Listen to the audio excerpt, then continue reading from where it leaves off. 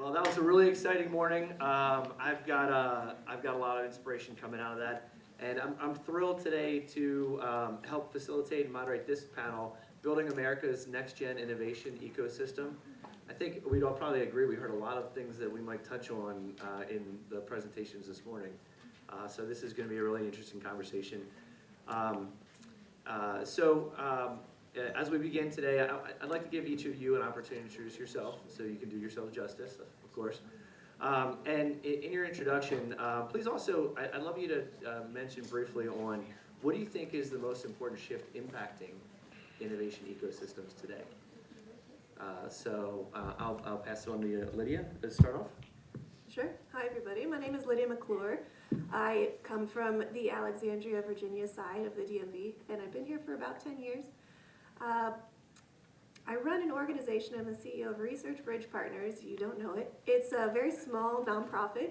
What we do is work with academics that are at universities, not in San Francisco or Boston, and help them in their thinner commercialization ecosystems translate their science into startups. We have a philanthropic venture fund to go along with that, which I would like to touch on as another way of doing investment. And you know, since I'm going first, obviously the biggest this year have been AI in China. So. Nikki. Hi everyone, I'm Nikki Hastings. I'm the executive director of CvilleBioHub in Charlottesville, Virginia, where we've been building an emerging market with a lot of great momentum right now. So excited to share with you some of the updates happening from our region. I've been building the biotech community for almost 10 years now. It takes $2 billion and 10 years to build a new drug. It takes about $2 million and 10 years to build a new ecosystem. And I have a background, a PhD in biomedical engineering, and was working in early stage biotech companies and recognized there was so much great activity happening outside of the university that was very disconnected. And we've been working to fill the gaps in our ecosystem since, and very much scrappy entrepreneurial endeavor that has really come to fruition, and great opportunity that exists in front of us. So I think the greatest opportunity right now is emerging markets where there's more connectivity and there's a new access to capital that has been democratized by the opening of technology access through Zoom meetings and venture capitalists that don't necessarily have to be on site with those founders and those early stage startups. Great. Well, good morning, everyone. Thank you so much for setting this up and showcasing the amazing energy that's happening in the life science innovation ecosystems. My name is Joe Benevento. I serve as the CEO of the Virginia Innovation Partnership. We're a quasi-public-private designated state economic development authority for the Commonwealth across innovation technology, cutting across our key industry strategic sectors, across geographic regions, and really spanning the innovation continuum from research and development with university partners to startups and entrepreneurs to ecosystem stakeholder partnership and collaboration to foster ecosystem growth, to access to capital, corporate strategic partnerships, really taking a full look at kind of that 360 ecosystem. And I would say that I think one of the bigger developments and inflections that we're seeing accelerating, not just in Virginia but across the country, is the increasingly important role that the private sector and industry is playing in innovation ecosystems, whether it's research, whether it's capital investment, whether it's technology scaling and acceleration. And that comes both from the investment side, but also from just private sector industry, emerging in large corporates and the role they play in driving innovation and fueling the investment that it takes to grow. Great, thank you. Stephen? Hi, I'm Stephen Ezell. I'm the Vice President for Global Innovation Policy at the Information Technology Innovation Foundation, ITIF. We're a Washington, D.C.-based science and technology policy think tank. So in 2019 with Brookings, we wrote a report called The Case for Growth Centers. And what we did is we looked at where are innovation jobs found in the US economy.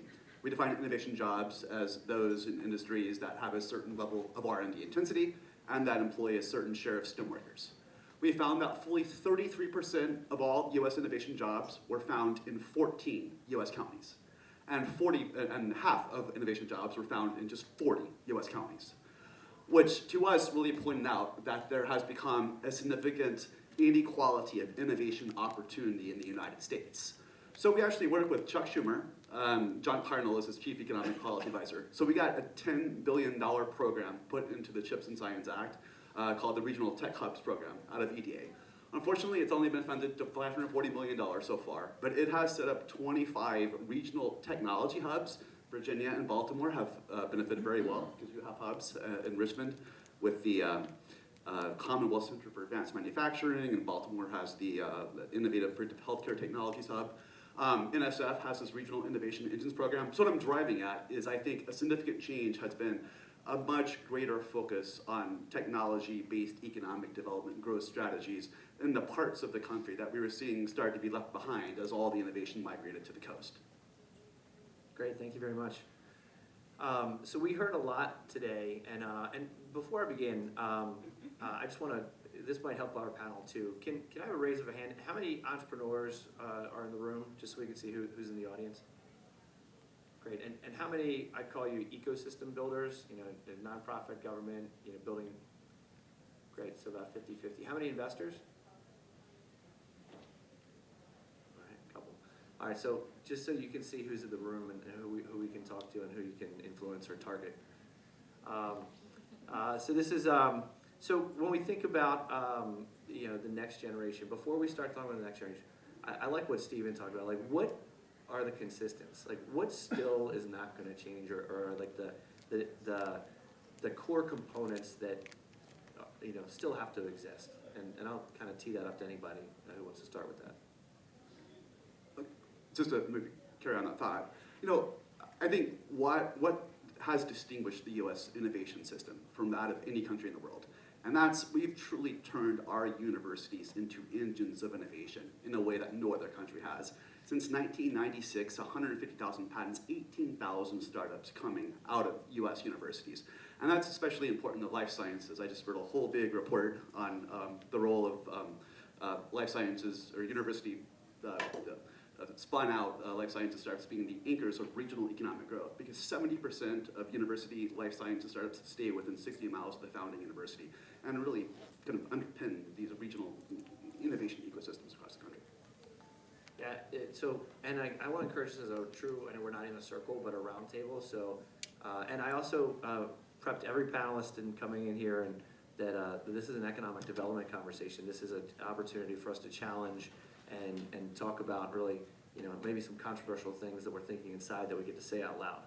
So, you know, yes, we have a lot of patents, but Joe, is that what we should be tracking and managing? So I totally agree. The United States and Virginia are some of our crown jewels, our university and higher ed systems and research institutions. Over the past year, we did a deep dive on understanding not only what's kind of going into the pipe, but also what's coming out of the pipe. We have a big focus on sort of outcomes as well as kind of inputs. And when we looked at the data, this is all public reported data from Autumn and other sources that the universities report. What it showed, if you look just over the last decade, U.S. university R&D has grown really significantly, which is great. It's gone from somewhere around $65 billion if you go back 10 years ago a year, now most recently to $110 billion. So it's increased about 65%. The problem is, if you look at outcomes in terms of commercialization and innovation metrics that illustrate what's actually getting out of the lab and into the marketplace. Because as we know, these great research breakthroughs, these great discoveries, to have the maximum impact in society, in communities, on people's lives, in our economy, they have to translate and transfer into the marketplace, into people's hands, into patients, right? And when you look at those commercialization metrics against that backdrop of significant university R&D growth, the number of startup spin-outs that are coming out from our universities across the country have been the same exact number last year as it was 10 years ago. So it's basically been flat. If you look at the number of active licenses across our United States universities for R&D, it's up about 2% and over the course of a full decade, so it's been pretty stagnant. Patent applications, invention disclosures.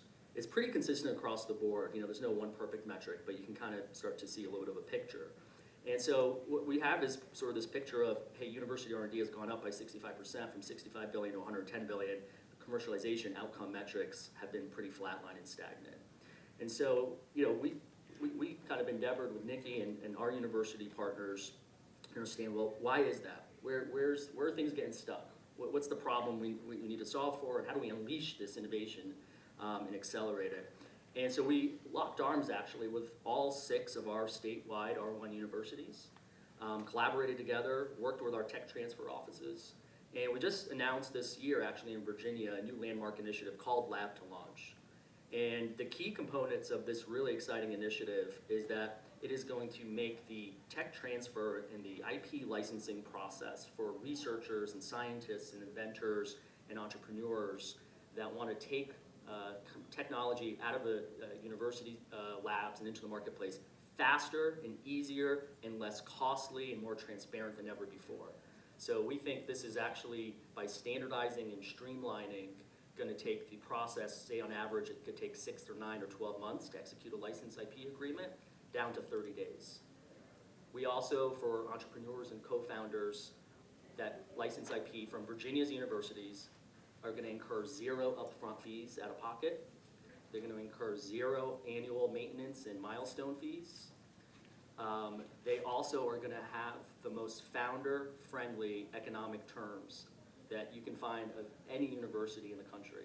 So if you think about the equity percentages that tech transfer offices retain, if you think about the royalty rates, if you are bringing in technology into the marketplace in Virginia with one of our leading universities, you will have the most founder entrepreneurial friendly economic terms you can find at any university, MIT, Stanford, you name it, in the country. And so we're really excited about that, and that's going to go live in just a few weeks here. We're going to see, I think, a lot more startups getting out into the marketplace, being spun out. And that's really important because, as you guys know, the early venture stage, you need more at-bats. You know, you need more shots on goal. Yeah, can I chime in on this? Sure. One, Joe did an incredible job of getting 6 universities across Virginia to collaborate on this initiative, and kudos to you, because it's not easy also getting everybody moving forward, and I think the benefit and the opportunity is so great that everybody's jumping in together, and I think that's necessary for ecosystems to really have the impact that we have an opportunity for. But I think to the question of what's not changing, the cost to begin a company and the cost to start running a company is continued to be not in the favor of the founders without the capital and resourcing to do so. And so what Joe's talking about are incentives for those founders and those researchers who've never been through this process before to say, hey, it's actually pretty easy. My tech transfer office is now giving me this opportunity, and they're supporting this process instead of working against me just to protect the intellectual property of the university.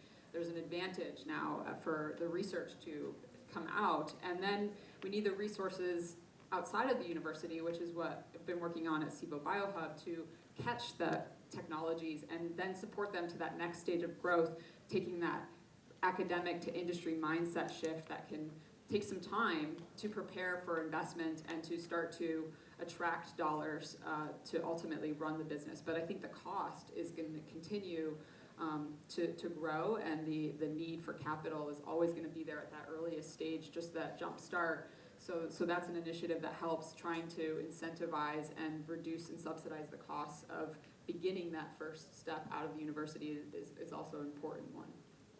Lydia, I'd love to hear your thoughts on this. I mean, you work with a lot of tech transfer offices. You know, you have a kind of, cost is something that I'm sure you think about as an early investor in there.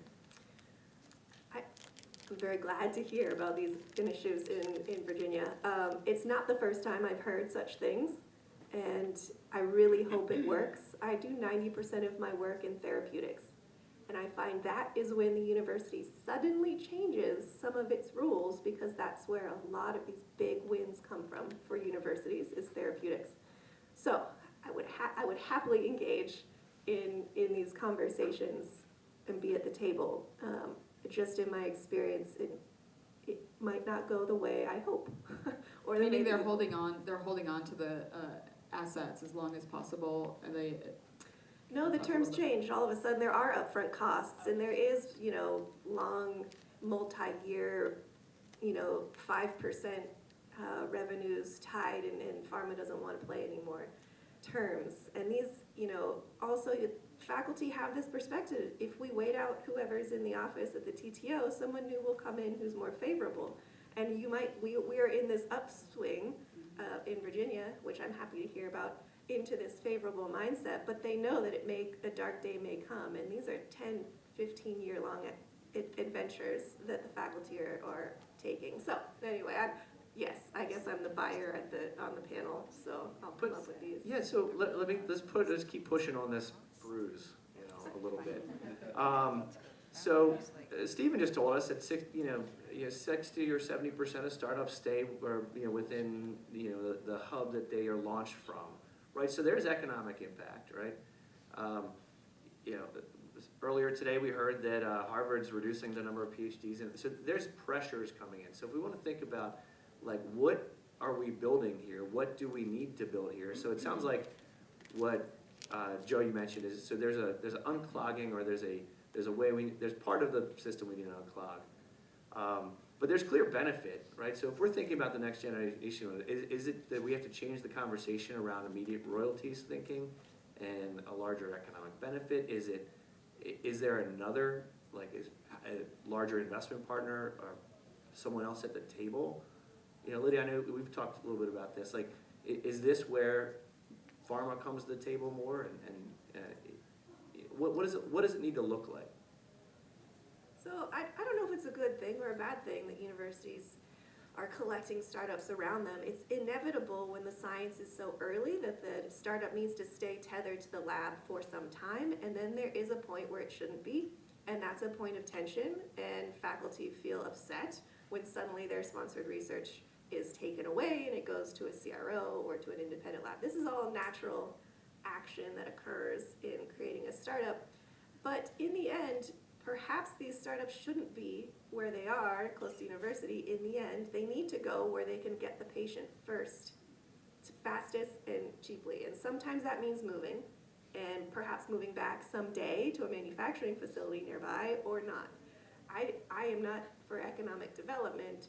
I know that what happens when I'm sitting on a cap table with, say, we've been talking a bit about sovereign funds, and there's state ones being launched and national ones most likely coming.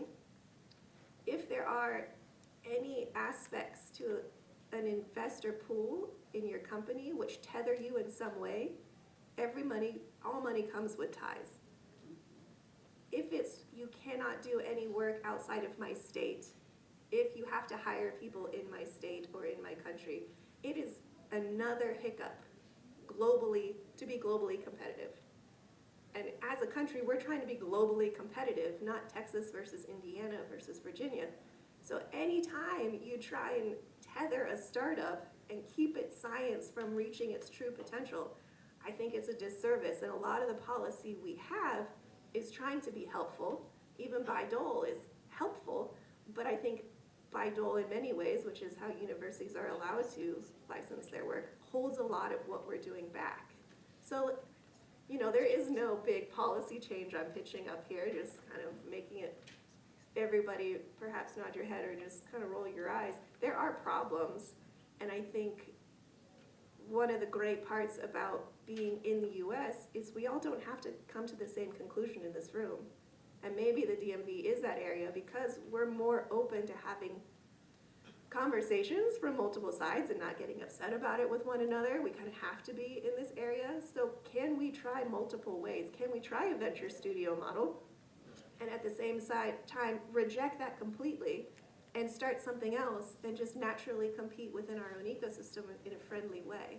I think that's where DMV might actually shine, whereas you go to somewhere, in another, like Chicago, and they all have to be in the same boat, rowing in the same direction, or they can't get anywhere. Can we all be in multiple boats, rowing in the same direction, and see what happens? That's where Boston really shines. They can go in all sorts of directions and still all rise together. So I love this. one, when I was growing up, I used to get writing assignments, and mine was always, "I will not provoke my brothers." So I'm a great moderator here. I love challenging the status quo here, and I'd argue, and I would love to hear, Nikki, your perspective on this. I'd argue that it's not counterintuitive to say, I'm not going to tether you to my ecosystem, yet at the same time, build mechanisms that make people want to be in the ecosystem and want to stay there. So when we think about the future, we have to unbind some of these things to increase innovation and the pace of innovation, compete globally. But what do we need to do to create that place people want to be in? That was exactly where I was thinking about, on the idea that, yes, state to state, we don't want to compete, but as an emerging market, we need to have enough density that there's a community, and that community is supporting one another, and so you've got to be non-competitive amongst your peers, and I think CvilleBioHub has been incredibly successful at just building connection to connection. So we've been at this for 10 years, and it has taken that long to build enough momentum, but we can get in front of any CEO in our community. We've got over 75 companies, the highest density of life sciences industry in the region, and people continue to show up. We've hosted the same Tuesday night event for 10 years, once a month. Our speaker series brings 80 different people to each event, and everybody makes at least one good new connection every time they show up.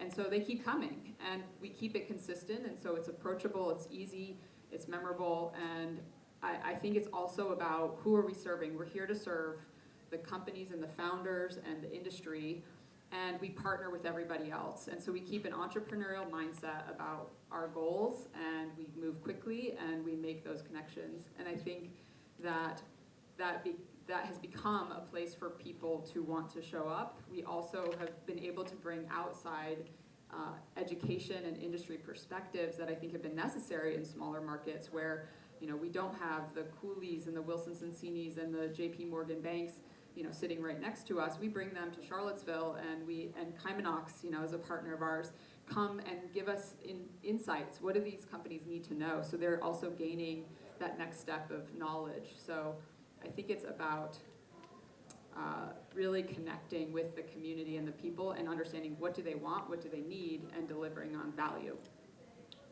Yeah, I would build on both of those comments. I agree. I don't think it's our role at the state to force any entrepreneur or anyone to be here and can't go anywhere else.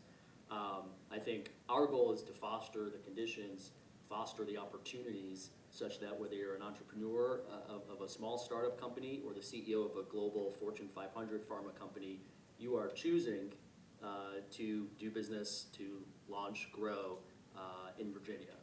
A few years ago, we underwent a strategic economic development growth plan, and it was actually called Compete to Win, because we realized we're competing, not just with states, but with other globally. And we need to understand, particularly in life sciences and advanced pharmaceutical manufacturing, what is that full continuum, and where does Virginia have gaps? And where do we also have assets and advantages to double down on and build off of? And so over 3 or 4 years, Virginia's made one of the biggest investments in its history in research faculty with universities to attract top talent from across the country. We identified with Nikki here as actually one of the strong proponents that we had some gaps around wet lab space, for example, with startups and entrepreneurs. And access to those type of facilities and infrastructure. And so we've made one of the largest investments in the state's histories in our ecosystem, particularly wet labs and partners around the ecosystem table there. And this past year, what we've, I think, sort of the old saying, preparation and opportunity meeting each other, I think we've built out sort of the landscape and ecosystem that's now garnered the attention of these blue chip pharma companies. So over the last, 6 months, 2 months, Eli Lilly announced for the first time that they were making investment in Virginia, $5 billion into our ecosystem. AstraZeneca announced they're making its largest U.S. investment in Virginia, $4.5 billion in Charlottesville, just down the road from CvilleBioHub. Mark just announced this week $3 billion Center of Excellence investment expansion. So we've had $13 billion of advanced pharmaceutical manufacturing investment just in the last few years. And I think a lot of that is because those CEOs are choosing Virginia. They can choose any state, like you said, Lynn. And I think two of the really key ingredients here, and this applies both to startups and entrepreneurs, as well as to Fortune 500 companies, is speed and trust. The scarcest asset for an entrepreneur is their time. And I would say for large companies as well, speed to market, speed of decision making, speed of certainty is critical. And you combine that also with trust, where if you have a partner and they do what they say they're going to do, and they live up to it and they follow through, and they know they're going to be able to be partners not just for the next year, but for the next 10, 20 years. Those are key differentiators. And I think we've been really excited just in the last 2 months now. But as one of our friends says, we've been at this for 20 years, and 20 years later, it's an overnight success. So I think I agree, and I think that's our role, is to help foster where people are choosing and they have access to opportunity. So we talked, like, emerging markets is what Nikki says is one of the exciting opportunities, and I think you're showing that. I'm also hearing this is a layer cake, right? This is why we have 4 different perspectives up here. Infrastructure in those emerging markets, and it's an investment. So if we're thinking about building the future, we got to build it fast. There is investment. You mentioned lab space. My friend Devin's here from Shear Partners. I know he's a partner down in Charlottesville as well, and so that infrastructure is important. How do you convince, or how do you get everybody rowing this to invest 10 years, right? I'm hearing 10 years, and the other argument I have is, I don't know if we have 10 years, right? So I don't know, maybe Stephen, this is a good conversation. Like, what are some policy things? What are the things that the right ecosystems are doing to kickstart this, to move these initiatives forward? Yeah, I think Techonomy has a report out where they have established that 42 U.S. states now have a formal strategy for biopharmaceutical competitiveness. And it is very thoughtful about answering everything from what types of funding and incentive packages do we have, to how we're supporting the universities and tech transfer. You think of what Georgia does, the Georgia Research Alliance. They do a couple things. One, out of GRA, they both fund lab infrastructure, wet space across Georgia universities. They even have the ability at the state level, if the university comes and says, oh, we want to hire a world-leading researcher in this particular field, genomics or whatever, they'll pay for it. They'll pay to bring researchers around the world to Georgia to establish Georgia's leadership in certain fields. They can provide funding all the way from early stage seed funding to later stage commercialization. So, Texas, Indiana now has the $130 million investment program. So, coordinate state level strategies. I know Maryland has that, Texas, you have that in Virginia. I'm not sure how joined up we are across the 3 states here in the broader DMV region, but one thing I'd also add, if you guys ever read that report, The Biotech Living and the Walking Dead, it was a great report, but what they said is that communities shouldn't focus on being good in the life sciences. They should create and develop resources around some narrow slice of the sector and become best in class in that area. So Orange County leads in ophthalmological innovation, Minneapolis in bioelectronics, Maine in clinical human diagnostics. So what can this region do specifically? And strengths in immunological products, public health, biodefense, and infectious disease innovation. I think we could do much more to establish, leadership in this region in these emerging areas of biopharmaceutical or biotech innovation. Yeah, I think that's great. I mean, dual use technologies. I mean, there's so many assets in this geographic region that we can build on for that narrow slice that we can grow big. I want to argue that the DMV shouldn't become a microcluster. There's just too much here, and if we chose gene therapy, it wouldn't be natural. I don't think there's a natural microcluster built here already that we could capitalize on. I think I saw a report a consultant wrote for Oklahoma saying they should do cardiometabolic because they have a great population they could do clinical trials on. I was like, that is just horrible to see written on paper. And yet, no, everyone was like, yeah. There are some easy answers that I think could come out of a consultant's write-up. But maybe not asking the consultants what we should do and just allowing more energy and more shots on goal, creating the infrastructure so that you don't have to choose and that you don't have to react to what's already happened. So there are moments where you need to enable this table stakes infrastructure to occur, like wet lab space, and then there are the leapfrog activities that could happen that you can go higher than another ecosystem. And I know you're Yeah, gonna say I'm dying to jump in.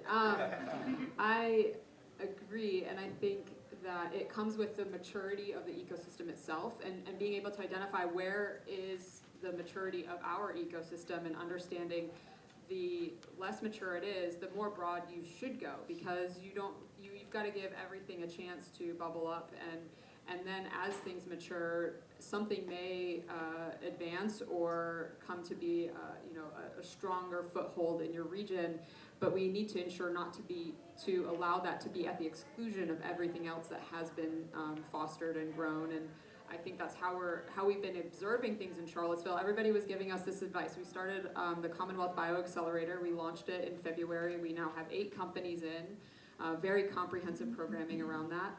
And everybody said, you've got to pick a lane, like who are you serving specifically? And we said, well, we have about 40% medical devices in our region. We've got 20% growing in therapeutics, and then everything else, there's amazing engineering going on. So we've got tools and support diagnostics in our region. So we don't want to exclude any of that in this earlier stage when the founders just need lab space. We're trying to solve for a problem. And what we're seeing now, there's a new biotech institute with the Diane and Paul Manning Institute of Biotechnology being established, and an initiative to bring more research in biologics to the region, and autoimmune disorders, cancer, you name it, but really with an angle around biological drugs and therapeutics. And so we're seeing that as kind of the next wave, and we don't want to exclude the great engineering and medical devices that are being developed, but we're also saying, well, we can also bring more focus and attention to that. And then we see how it works in the system with Richmond being more focused in manufacturing and activities of onshoring small molecule, generic development, and now we become a great partner also to Richmond, and we're strengthening the ecosystem with each piece. So I think it's allowing what bubbles up to start to claim some of the identity, but also knowing that there's a really rich, deep underpinning as you grow the ecosystem. I completely agree with that. I was just driving at, there are unique regional assets that we have here, like NIAID, right, for infectious, the National Institute of Allergy and Infectious Diseases. We have the National Biodefense Analysis. We have, no other part of the country has those assets, so that could be a platform for driving forward innovation in specific parts of that. Another one is regulatory. So one of the first things we have to do when we find a faculty member at, say, Purdue or something, they have tethered themselves to a specific clinician who is helping them move their asset towards that disease, which actually may not be the first place they should go because of difficulties in making a clinical trial. So for instance, if you want to go between MS and ALS, there's a choice there, and typically you don't have enough money to do both. So how are you making those choices? And if you start in MS, everything is moving towards that, when in reality maybe ALS would have been a better choice, and this is a real example. But that iteration point is slow in a lot of other ecosystems, and it could be fast here. And if the region came together and allowed the multiples of independent consultants that are circling around here, paid them for their time so that the startups wouldn't have to, and allow that iteration to be really fast, all of a sudden you would be finding roadmaps that are much more advanced than any other roadmap in the US, even the ones that you find in Boston. There are places here that we could really tap. Well, I want to move the conversation in a couple of different directions. I want to talk about talent, and then I want to put out a couple case studies or examples and get everyone's opinion on that. So you mentioned consultants, right? And we've talked about emerging markets. Talent is one of those kind of intangibles, but I think with Zoom meetings and other things and hyper virtual models, like that talent maybe looks different. I guess, Lydia, how important as an investor, like when you look at, you know, something coming out of an emerging market, how important is talent, like scientific talent, business talent, regulatory talent? How important is that, and what do you see that ecosystems are doing right? You have to have that killer data slide. You may not have it yet, but you have to have the potential for it. But the next thing is talent. So it's the faculty members, the PIs, it's the and then the business talent. And we typically we want to sell the business talent before we sell the investor. So that's our order of action. And if you can't sell somebody who's done this 10 times, then I don't know how you're going to be able to sell an investor on your idea. Does that talent need to be local now? None of ours is. It's all remote. And I think that has its drawbacks. It really does. There have been moments where that clearly wasn't a great idea, and we have to overcome hurdles. So everything comes with an issue. So is that, I mean, getting talent into an ecosystem or to the companies or to the startups you're launching is important. They don't have to be local, but how do you, again, like, that's still a critical thing. So how do we solve for that? How are ecosystems solving for getting the right talent to those emerging companies? I mean, I would say there has been a movement in the last 5 years where fractional was not a term 5 years ago, where people were spending parts of their time working as a technologist in several different companies, and I think that has actually really helped move and bring momentum to some of the smaller markets. And you know, you're seeing that on accounting, so people are becoming more efficient with running their startups. So that's been a good shift, I'd say. Yeah, I would say, you know, in Virginia, a couple things. One, we've been really starting that talent pipeline earlier and earlier. And it's about both developing and retaining. And so, you know, if there's opportunities for them to find jobs and join, whether it's a growing startup company or, you know, a large pharma company in their backyard, that also shows like, hey, I have job opportunities here. They're not just in Boston or where else. We've started to craft a lot of our micro-credentials, certifications, internships, PhD degrees, specifically within life sciences and advanced pharmaceutical manufacturing, so that they are getting on-the-hands job training. They can partner up with companies and get experiential training and credentialization, so that they have a job ready basically right away. And so that helps both companies, obviously, and that talent pipeline. And you know, one of the great things of having now AstraZeneca, having Eli Lilly, having Merck investing and growing is they are also, as I mentioned that earlier theme of private sector engagement, they are also going to be investing in our talent and workforce training development in partnership with our ecosystems. Yeah, the big anchors help to attract, right? They're a magnet. Absolutely. And I also want to clarify, talent and workforce development in our minds is text to execs, right? And I think that, you know, when we look at ecosystems, you often see a lot of workforce development around biomanufacturing credentials and things like that. But, you know, those manufacturing technicians typically aren't on a pitch deck, right? So I think for ecosystems, you need to look at text to execs and how you're developing your talent pool. And Murad talked about an apprenticeship for startup executives, like, but that type of thinking in our next, you know, in how we build ecosystems, I think is important.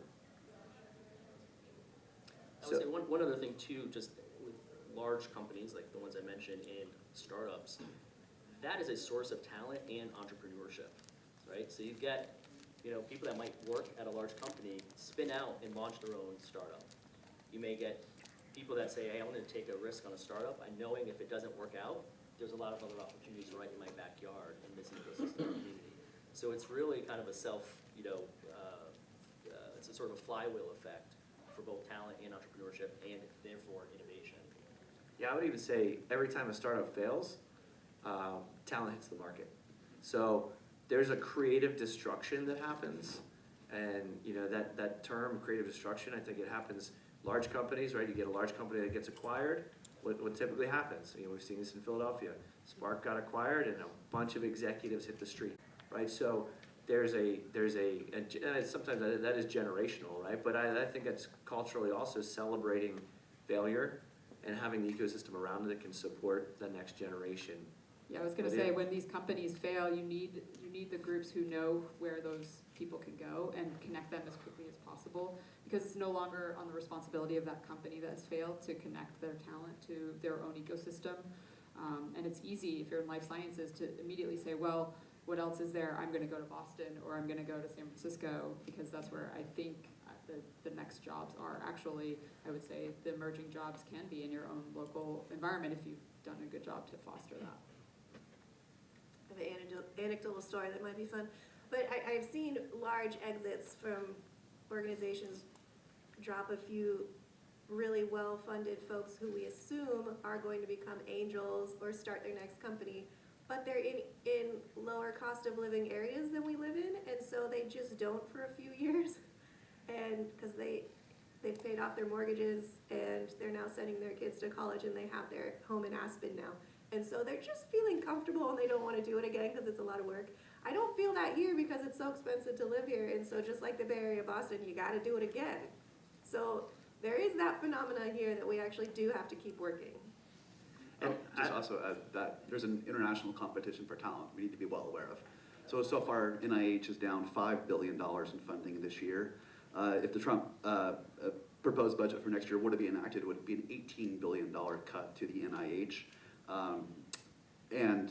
We're already France just launched this program called Choose France for Science, where they're targeting researchers who have lost their grants in the United States. And we're now seeding this great talent to other countries because we're not preserving the strength of the ecosystem we've created here. Well, I've seen the same, Michigan and Texas have the same recruitment from the East Coast that they're, and Texas is the second largest funder of cancer research in the US with their CPRIT program, and now they're about to launch DPRIT for dementia, which is $3 billion. So, a lot of states are competing on a lot of different levels. So, I mean, if Virginia and Maryland wanted to snag higher East Coast talent, I guess you just have to put a marketing ploy out there. But I worry a bit about, the research level, the PhDs who are, we're dropping enrollments, but also where is that talent coming from that, could stay and continue to innovate and be here. I think that's a huge current concern. Well, let's take that Texas example. That was one of the case studies.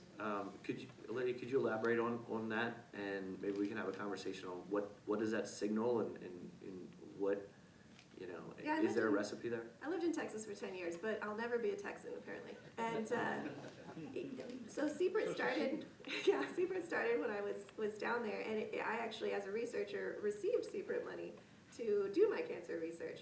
And the ability of the state to recruit really well-known faculty down to the state and seed brand new labs out of their seed funds. And you're looking at $5 to $9 million of initial grants per lab into these seasoned faculty. It's amazing. They also have a product development arm, and they can fund clinical trials at MD Anderson. So pharma shows up, medium to large-sized startups come, and then you have the seed program. They have the entire infrastructure wrapped around this program. And I think it's not, so CPRIT's been going, and it was re-upped, so maybe $6 billion or $9 billion, something like that. It's a multiple of 3. DPRIT on dementia, Alzheimer's, some of these less common ones like Lewy body, that's about to come. They're voting on November 4th, so who knows, it may not actually go through. But if that happens, you're gonna see a huge amount of activity in Texas around dementia, and the fact that they actually have terms in receiving the grants, the product development grants, where you have to do significant amount of work in Texas, and that means with the CROs, with your headquarters zip code, placing people there. So it does really have this economic activity tethered to it, but for the amount of money, it's often worth it, right? And so you can have 2 parts to your organization, one in the area where you live, and then open up another spot. And that's how you got Colossal moving, to Dallas, which the Woolly Mammoth Company, that's what everybody knows it as, but Colossal moved down from Boston. It's one of the biggest anchor tenants in biolabs in Dallas. And then you have Houston really performing well on most all oncology aspects. So I mean, it has worked for them. And I know not everybody can put $3 billion into the state budget, right? But is there something that signals to, we just heard NIH budgets dropping, there's a lot of other pressures that are happening. So what does that signal the state's responsibility or, public responsibility in some of these future ecosystems and innovation? I mean, I think Virginia, now we are finally seeing the impact of some of the state economic development support that was put in place, starting with a program called Go Virginia, seed funding to bring a concept forward under very specific areas. Biotech was part of that, entrepreneurship was part of that, so CvilleBioHub was one of the earliest recipients of that funding. And year over year, we continue to build upon the momentum and filling gaps and demonstrating success. And then VIPC at Joe's organization, we were able to find follow-on regional innovation funding support in entrepreneurship. And that was the backbone and foundation for us to start to attract and build connections and build additional sponsor opportunities, private sector donation and support into our ecosystem. I wouldn't be here without that support from the state, and I think the state has played a major role in Virginia, being able to then attract $13 billion to its region and to Virginia. Those seed funding opportunities have played out well so far as we're seeing it. And the state needs to know, these are case studies where you gotta show that there's ROI, right? There's more tax income, there's more business income. The metrics are intense. I do struggle with how do we demonstrate economic development in entrepreneurship, and what does it mean to have a success in startups, because they're not always attracting thousands of jobs. But I think there are other metrics that we look at, how much funding is attracted in. So we get a little creative on that front, but they do look at it. Yeah, and I think, you picked up on, actually when we talk about capital, I always talk about two sides of the coin. The human capital, which we talked about, the talent, and then the other side of the coin is the investment capital. And you really need both. You need both. I think one of the important aspects in our mind for our strategy to attract capital and to attract access for opportunities to engage with capital, with investors here in Virginia, is we realize we need to not only help foster those conditions for the entrepreneurs, but we actually need to connect and attract the venture capital fund managers and the investors. We know what you're looking for, and I come from 20 years in the private sector as an investor myself, so I put on my old hat. We're looking for deals, you're looking for good opportunities, there's a lot out there, how do you sift through it?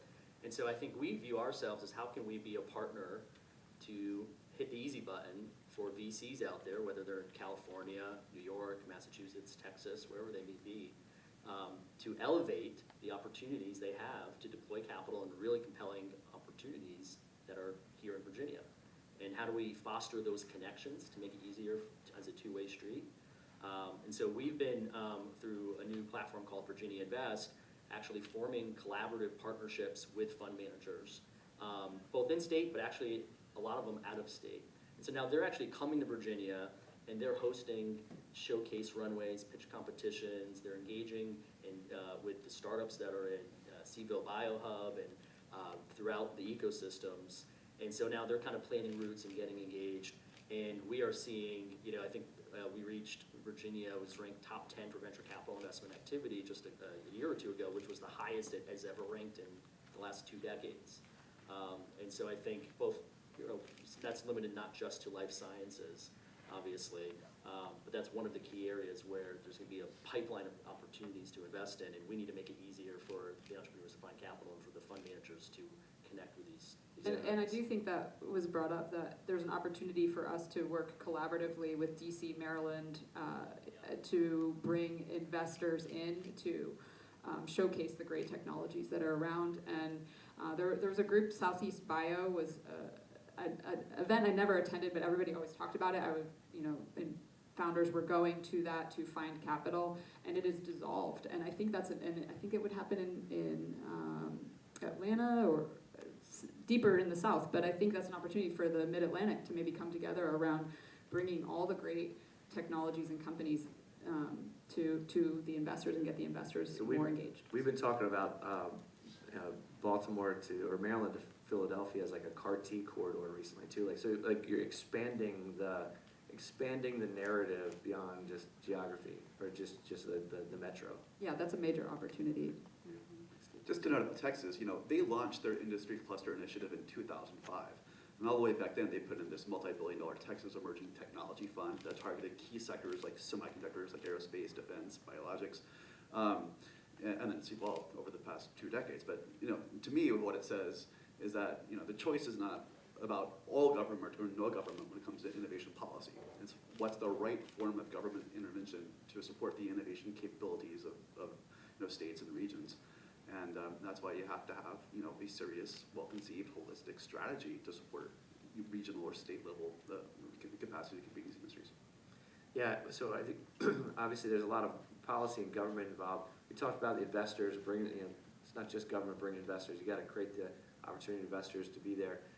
Another kind of case studies or examples I want to bring up for maybe how to think differently around your ecosystem is, you're familiar with the record-breaking deal that Purdue University and Eli Lilly made for a $240 million research and development and commercialization and manufacturing, right? So that wasn't just, what's your next molecule on a pre-invest in that. That was a full life cycle deal that was put into place. So what does that signify? I mean, could you unpack that a little bit? Anybody? I mean, in Virginia, we've been looking at that as a model as these pharma companies are coming to the state. How do we prepare the right talent? This is not academic PhD talent. We need community colleges involved, trained students who want to come through a 2-year program to go work in the manufacturing sites. And I think that model is one that we should all be looking at and examining more closely for public-private partnerships and private-private partnership as well. Eli Lilly was already there, though. So they've been there for a long time. So they're not new to the ecosystem. Yeah. So, I mean, in some ways, they've been working on that deal for 20 years. So is it a lot of money, or has it not? Was it something that they were working on for 20 years, and it should have been annually, these smaller increments? But, I mean, they're doing a great job in Indiana working with Eli Lilly. But maybe we should focus on the fact that Indiana is only working on that level with one pharma company, and perhaps because of the infrastructure they've built, why haven't 5 other pharma companies come to the table as well for their workforce? I don't know. You can look at half full, half empty all the time, but for me, because they've tethered themselves to one pharma company, they may be a little more vulnerable. What about what Ireland's doing? You brought this up on our prep call. Yeah, I just spent a week in September in Ireland, and I was fascinated because of their pharma manufacturing capabilities. So the small molecules, global small molecule production that they have captured for being is a country that's the size of Indiana. And the fact that they have like 12 out of the 15 pharma companies sitting there making 60% of the world's small molecules. Crazy to think. And then the Eli Lilly Purdue example, it's wonderful, and I'm glad they have it, but can we do better? Shouldn't we be doing better, right? And in Ireland, there's a lot more manufacturing built into the university, right? There's a closer tie there. Would you say that's true, or? Well, from my limited 1-week experience, yes. Well, you're the only expert in the room. So I know, right? Clearly an expert on this. So I was sitting on a review panel, obviously can't disclose anything, but the fact that the academics that were writing these proposals intimately knew the exact button that needed to be changed on the machine that creates this next, API, that was crazy. Our academics are not that intimate in understanding what industry is doing right now. They see industry as this other activity that happens outside of their realm. And for me, that was quite inspiring. What their government is trying to do is figure out how to both incentivize intimacy with industry and at the same time preserve, the basic scientific academic thought that allows for these breakthroughs to come out and these innovations. So that's a different tension than we have here, but the fact that we don't even have that tension within a single unit of a lab, in most labs. So in sometimes you see it in Boston, you sometimes see it at Hopkins, but in general you don't see it across the US. I think it's clear that the nature of manufacturing, advanced manufacturing, is changing rapidly. And it's not going to look the same, the needs and capabilities as 20, 50 years ago for the next 20, 50 years. So actually, AI and automation robotics actually creates more opportunities for advanced manufacturing to take place in the United States versus whether it's Ireland now it's increasing our ability to compete to win with other countries on a global scale when it comes to advanced manufacturing and key starting materials and APIs. And now we can bring that back onshore. It's obviously critical to national security and supply chains and so forth. And that does create new job opportunities because those facilities can now be physically here in Virginia and other states versus halfway across the world. And there might be different training and different types of jobs that come along with that, obviously. But bringing it into the community, as we talked about, just brings so many other spillover effects. And I think I'll close off by saying I think Virginia is going to be one of the next gen advanced pharmaceutical manufacturing hubs in the country. I think that's going to have a major trickle effect as well in allowing those startups to attract capital. I think there was a question earlier around, well, how do we incentivize the venture capitalists to play in the life sciences space and understand it? If so much energy and AI automation is going into this process, we're reducing the time of drug to market, I think that starts to incentivize. The greatest idea I've heard today was where Eric Van Giesen shared the idea of the federal government being an LP as a capital partner into investments. And I think as we're reducing the time and they're already investing in these great manufacturing sites, that's an exciting opportunity for us as a nation. Yeah, and I bring up manufacturing also because, ultimately you got to manufacture something to get it to a patient, right? And, to kind of quote one of our panelists earlier, like, are we skating to where the puck is going to be at, or are we still kind of looking at where the puck's at today? And if we're going to reduce the cost of gene therapy and cell therapy, and if we're going to reduce the cost and we're going to get patients faster, like, manufacturing has to be part of the academic conversation, and it has to be part of the general, supply chain of the idea to market. It's really end to end. Well, that's why one of the big assets in this ecosystem is NIMBLE up in Delaware, the National Institute for Innovation in Biologics Manufacturing, and also Superior and Flow, the Strategic Pharmaceutical Endurance Reserve. So we need to be thinking about new manufacturing processes. We haven't talked about APIs or critical minerals yet, but the only way we're going to get that back from China is with new approaches like bio-yeast fabrication or kind of new chemistries to do these things. So that's vitally important. Well, can I make one final comment? Sure can. In the 1970s, European headquartered drug companies introduced twice as many new-to-the-world drugs as American ones did.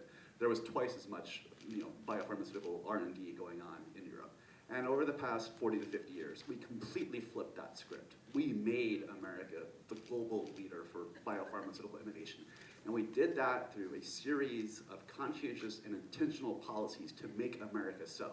So smart policies like the R&D tax credit, the Orphan Drug Tax Credit, the Bayh-Dole Act, the SBIR program, a pricing environment that companies could, make revenues. Like we built this ecosystem, but it is at risk now through a number of policies like Lutnick's proposed, 1 to 5% annual tax on patents, or taking 50% of university royalties. So it's just for everybody in this room, I think it's important to understand that this successful ecosystem that leads the world, we intentionally created it. But it's at risk, I was ably pointed out earlier, especially by China, if we don't continue to be stewards and curators of a positive policy environment that lets all this fantastic innovation potential happen. Yeah, I couldn't agree more. Well, I want to be respectful of everyone's empty stomachs here as we're almost here at lunch. Let's have a round of applause for our panel today. I think it's not lost on anybody that we're all, I said this earlier, we're all builders.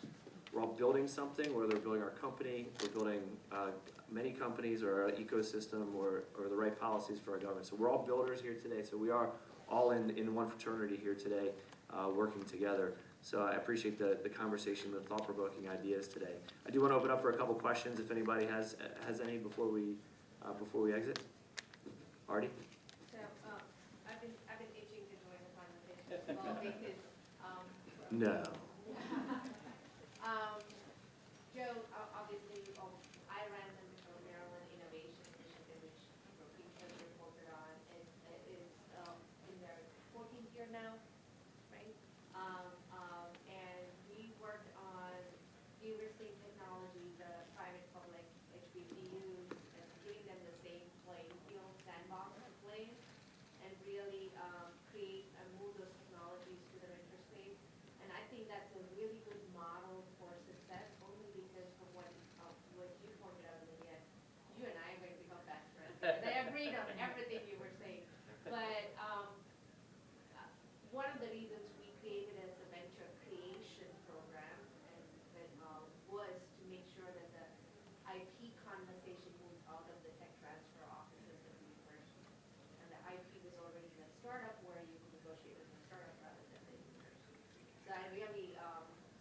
appreciate what you said about, putting in money but not really having, those conversations changing down the line is a reality for moving technology into the commercial space.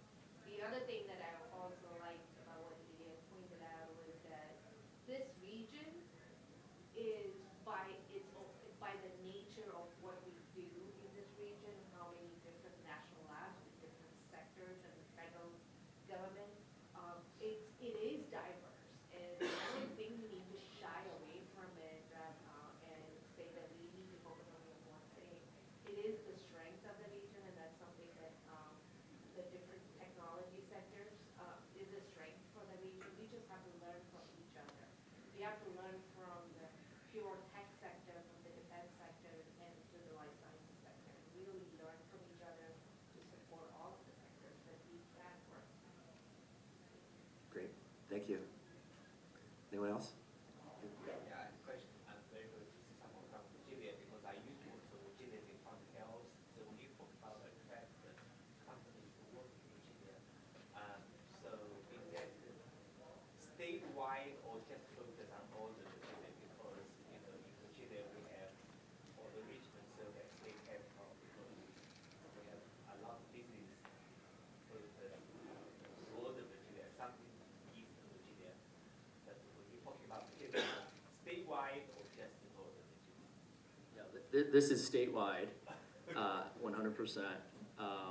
When you look at, again, just those three companies we're talking about here in advanced pharmaceutical manufacturing, Eli Lilly is making their $5 billion investment in central Virginia in the Richmond-Petersburg area. Petersburg, just as recently as a few years ago and today, has historically been one of the poorest, lowest income, talking about access to opportunity and leveling the playing field.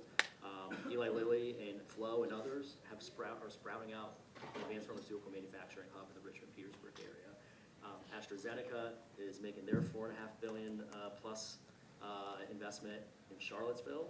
And one of the things, we were just out there with Nikki and I and the governor and the CEO of AstraZeneca, and he was marveling at, they're based in Europe, London company. They were marveling at just the quality of life and how beautiful it was in Charlottesville. And Merck is in Shenandoah Valley. So all three of those companies there that I mentioned, $10 billion on some dollar investment in these particular cases, not in Northern Virginia. And I'll emphasize that there are really 5 major hubs across Virginia in the life sciences space that really all came together during the pandemic. So, we don't have the density of Boston, so we're disparate by geography. But what really brought us together was the Zoom world. We all started having conversations and saying, okay, you're working on that. What are the assets in your region? We need the state map. What does it look like? And how can we be collaborating together, which has brought investment from the governor to the tune of $90 million. Now, he called it initially the research triangle is now the diamond, so we're not competing with North Carolina, but it's, that's been momentum put into research engines, and there are groups that sit outside the universities like ours that are trying to retain that innovation and grow it in Virginia. But there are 5, Virginia Beach, Norfolk, certainly one of those hotspots. And I think there's different parts of that continuum, right? We're talking about life sciences. Manufacturing may be planted here, you need a bigger site pad and so forth, there's different requirements. But the innovation districts throughout Northern Virginia and around GMU and around, Amazon HQ2 where we were yesterday, and Virginia Tech's Innovation Campus, and UVA has facilities there. That is a sprawling, and I think there's actually a lot more collaboration now on recognizing innovation drives growth, drives opportunity, drives impact, perhaps now more than ever before. And as localities and regions and states are finding ways, how do we grow, it's got to be driven by innovation. And so the connectivity, to Nikki's point, throughout the state, I think is more than ever before. And a lot, just this lab to launch initiative with our licensing agreement, that is a standardized IP agreement now, that is statewide by all 6 R1 universities. So it's off the shelf, it's 10 pages, non-negotiable standard terms. There's founder friendly as you'll find anywhere, and that's happening for all 6 R1 universities across the whole Commonwealth. Sometimes Well, like small communities, because I used to work in Eastern Virginia,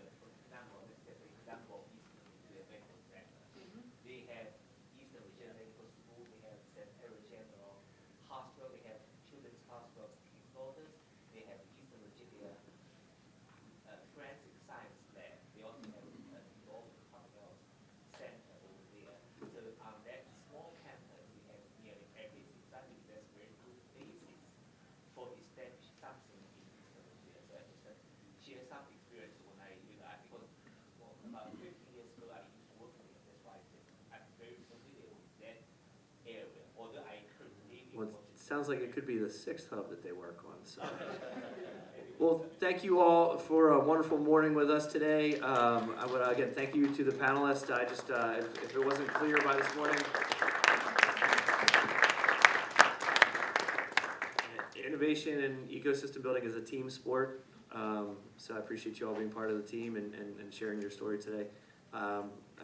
At BioBuzz, we're glad to be a connector. We're glad to help share your stories and everyone's stories to help build these ecosystems and the companies. So with that, we're going to take a break. We'll be back after lunch for our afternoon sessions. So enjoy and enjoy the conversations.